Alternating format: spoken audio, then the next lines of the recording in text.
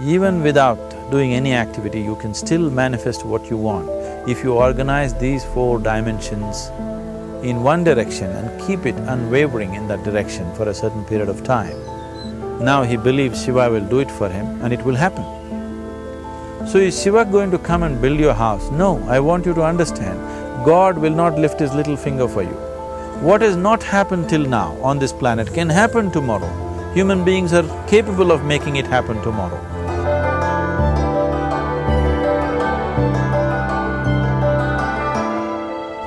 Everything we as human beings have created on this planet was essentially first created in our minds.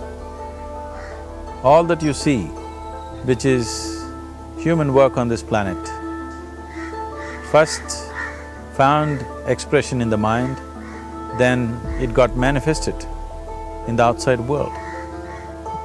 The wonderful things that we have done on this planet and the horrible things that we have done on this planet, both have come from the human mind.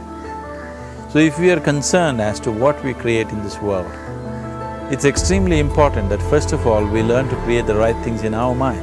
How we keep our minds? If we do not have the power to keep our minds the way we want it, what we create in the world is also going to be very accidental and haphazard. So learning to create our minds the way we want is the basis of creating the world the way we want. There is a wonderful story in the yogic lore. On a certain day, a man took a walk. He went for a long walk. Accidentally, unawares, he walked into paradise. Fortunate, isn't he? He just took a walk and he landed up in paradise. After this long walk, he felt little tired. So he thought, oh, I'm tired, I wish I could rest somewhere. He looked around, there was a nice tree, underneath which there was very cushiony grass. So it was inviting. He went and put his head down there and slept.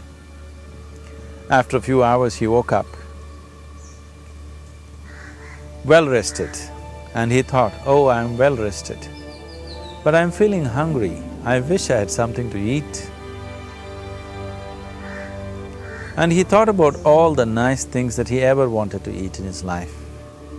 And instantly, all those things appeared in front of him. You need to understand, there the service is like that. Hungry people don't ask questions. Food came and he ate. Stomach became full. Then he thought, oh, my stomach is full, I wish I had something to drink. All the nice things that he ever wanted to drink, he thought about it and all of them just appeared in front of him. Drinking people also don't ask questions, so he drank. Now with a little bit of alcohol in him, you know Charles Darwin told you, all of you are monkeys, your tail fell away. Not me, Charles Darwin told you that you were all monkeys and your tail fell away and then you became human. Yes, definitely the tail fell away. But the monkey, in yoga, we always refer to an unestablished mind as markata, which means a monkey. Why we are referring to the mind as a monkey is, what are the qualities of a monkey? One thing about a monkey is, it's unnecessary movement. And another thing about the monkey is, if I say you're monkeying somebody, what does it mean? Imitation. Monkey and imitation have become synonymous. So these two essential qualities of a monkey are very much the qualities of an unestablished mind. Unnecessary movement, you don't have to learn it from the monkey, you can teach it to the monkey. And imitation is full-time job of the mind. So when these two qualities are on, a mind is referred to as a monkey. So this monkey became active within him. He just looked around, thought, what the hell is happening here? I asked for food, food came. I asked for drink, drink came. There must be ghosts around here. and ghosts came. Oh, the ghosts have come, they're going to surround me and torture me, he thought. Immediately the ghosts surrounded him and started torturing him. Then he started screaming in pain and said, oh, they're going to kill me, and he died. Just now he said he's a fortunate being. The problem is he was sitting under a kalpavriksha or a wishing tree. He asked for food, food came, he asked for drink, drink came, he asked for ghost, ghost came, he asked for torture, torture came, he asked for death, death happened. Now don't go looking for these kalpavrukshas in the forest. You can barely find a tree these days. A well-established mind, a mind which is in a state of samyukti, is referred to as a kalpavriksha. If you organize your mind to a certain level of organization, it in turn organizes the whole system. Your body, your emotion, your energies, everything gets organized in that direction. Once all these four dimensions of you, your physical body, your mind, your emotion and the fundamental life energies are organized in one direction, once you are like this, anything that you wish happens without even lifting a little finger actually. It would help to assist it with activity, but even without doing any activity, you can still manifest what you want if you organize these four dimensions in one direction and keep it unwavering in that direction for a certain period of time. Right now the problem with your mind is, every moment it is changing its direction. It is like you want to travel somewhere and every 2 steps if you keep changing your direction, the question of you reaching the destination is very remote unless it happens by chance.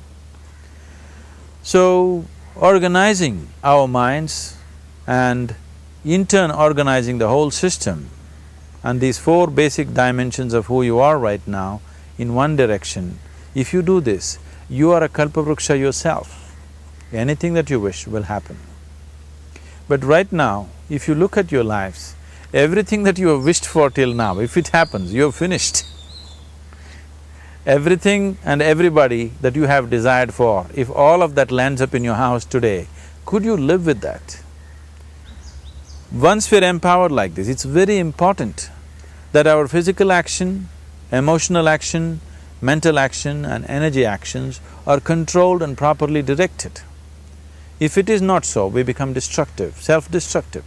Right now, that is our problem. The technology, which is supposed to make our life beautiful and easy, has become the source of all the problem that we are destroying the very basis of our life, which is the planet. So what should have been a boon, we are making a curse out of it. What has brought incredible levels of comfort and convenience to us in the last 100 years or so has also become a threat to our life simply because we are not conscious action, we are in a compulsive state of action. So organizing our minds fundamentally means moving from a compulsive state of activity to a conscious state of activity. You might have heard of people for whom they asked for something and beyond all expectations it came true for them. Generally this happens to people who are in faith. Now, let's say you want to build a house. If you start thinking, oh, I want to build a house, to build a house I need 50 lakhs, but I have only 50 rupees in my pocket, not possible, not possible, not possible. The moment you say not possible, you are also saying, I don't want it. So on one level, you're creating a desire that you want something, on another level, you're saying, I don't want it. So in this conflict, it may not happen. Someone who has some faith in a god or in a temple or whatever, who is simple-minded, faith works only for those people who are simple-minded. Thinking people, people who are too much thinking, for them it never works. A childlike person who has a simple faith in his god or his temple or whatever, he goes to the temple and says, Shiva, I want a house. I don't know how, you must make it for me. Now in his mind there are no negative thoughts. Will it happen? Will it not happen? Is it possible? Is it not possible? These things are completely removed by this simple act of faith. Now he believes Shiva will do it for him and it will happen. So is Shiva going to come and build your house? No, I want you to understand, God will not lift his little finger for you. What you refer to as God is the source of creation. As a creator, he has done a phenomenal job, there's no question about it. Could you think of a better creation than this? Is it in anybody's imagination to think anything better than what is there right now? So as a creator, he has done his job wonderfully well. But if you want life to happen the way you want it, because right now, the very crux of your happiness and your well-being is this: if at all if you're unhappy, the only and only reason why you're unhappy is life is not happening the way you think it should happen. That's all it is. So if life is not happening the way you think it should happen, you're unhappy. If life happens the way you think it should happen, you are happy. It's as simple as that.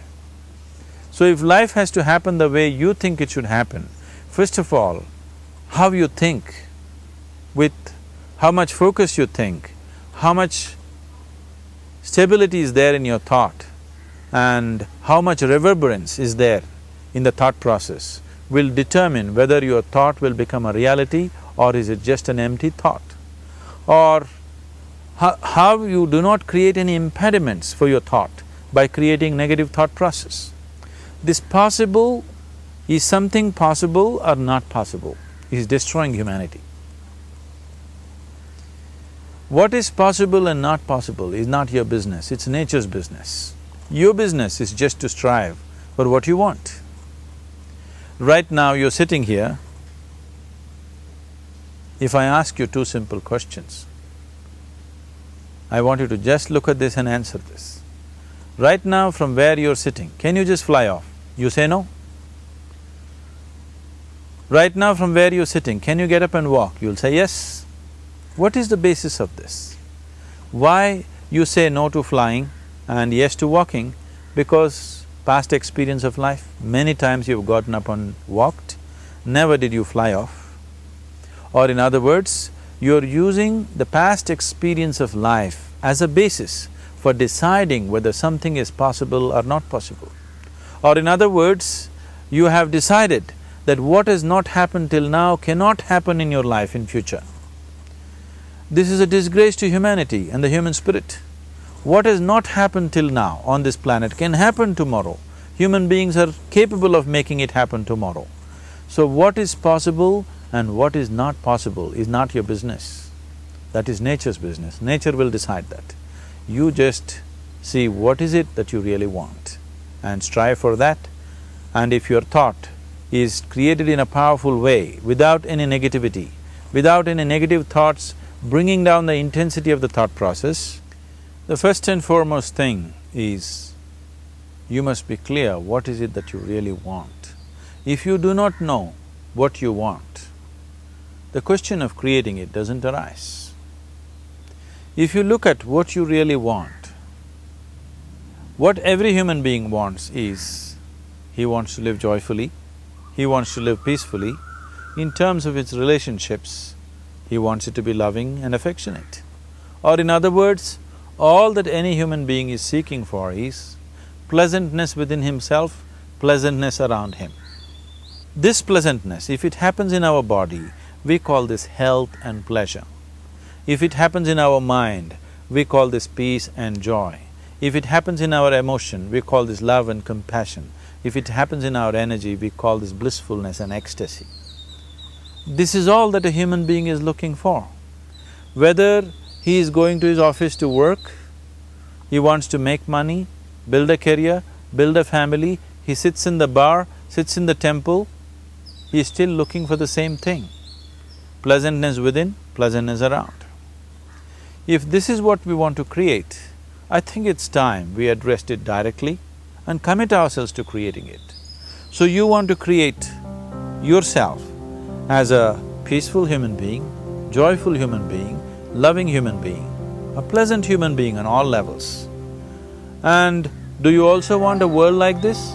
A peaceful world, a loving world, a joyful world? No, I want greenery, I want food. When we say a joyful world, that means everything that you want has happened. So this is all that you're looking for. So all that you need to do is commit yourself to creating it, to create a peaceful, joyful and loving world, both for yourself and everybody around you. Every day in the morning, if you start your day with this simple thought in your mind, that today, wherever I go, I will create a peaceful, loving and joyful world. If you fall down 100 times in the day, what does it matter? For a committed man, there is no such thing as failure. If you fall down 100 times, 100 lessons to be learnt. If you commit yourself like this to creating what you really care for, now your mind gets organized. Once your mind gets organized, the way you think is the way you feel, your emotion will get organized. Once your thought and emotion is organized, your energies will get organized in the same direction. Once your thought, emotion and energies are organized, your very body will get organized. Once all these four are organized in one direction, your ability to create and manifest what you want is phenomenal. You are the creator in many ways. That which is the source of creation is functioning within you every moment of your life. It is just that, have you kept access to that dimension or not? Organizing the four basic elements of your life will give you that access. There are tools and technologies to do this. The whole science of yoga, the whole technology that we refer to as yoga is just about this, transforming yourself from being just a piece of creation to become a creator.